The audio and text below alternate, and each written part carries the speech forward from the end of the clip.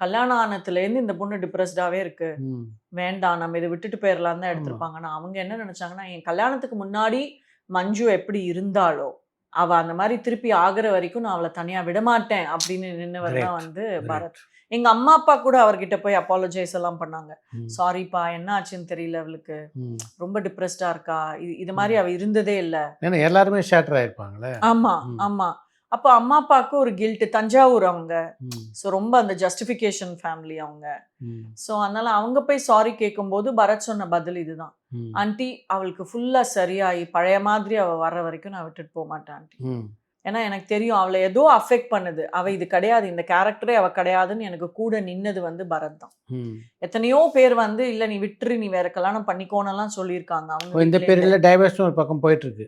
அதுவும் ஒரு பக்கம் போயிட்டுருக்கு. இதுவும் ஒரு பக்கம் போயிட்டுருக்கு. ஆனா பரத் வந்து இவ கூட நான் கடைசி வரைக்கும் நிப்பேன். டைவர்ஸ் வந்து நான் கேட்டதுனால தான் பரத் குடுத்தாரு. சொன்னீங்களே. அப்புறம் ஆஃப்டர் அ வைல் வந்து அவரும் என்ன நெனச்சாருன்னா, சரி இந்த பொண்ணு கேட்டுட்டே இருக்கு. இத ஃபோர்ஸ் பண்ணி இந்த கல்யாணத்துக்குள்ள வச்சு நம்ம என்ன பண்ண இது ஒரு போறோம்னு சொல்லி ரிலீஃபா இருக்கும்னா லெட் அஸ் கிவ் இட். அது ஒண்ணு.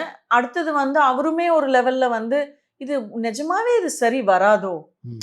நான் நெனைக்கிறேன் போல இருக்கு ரொம்ப பாசிட்டிவா சரியா வரும்னு. Maybe this will not work அப்படின்னு நெனச்சும் ஓகே சொன்னாரு. ஒரு ம். டிஃபரண்ட் ஃபேசட்ஸ் இருக்கும்ல. அந்த ஜர்னி நம்ம போகும்பொழுது, உண்மை. ம். நீ முதல் நாள் ஒரு மாரி நெனச்சிருப்போம். 10வது நாள் வேற மாரி, 20வது நாள் Correct. வேற மாரி. அந்த மாரி ஒரு ஜர்னில அவர் வேற வேற மாரி தாட்ஸ் வந்தது.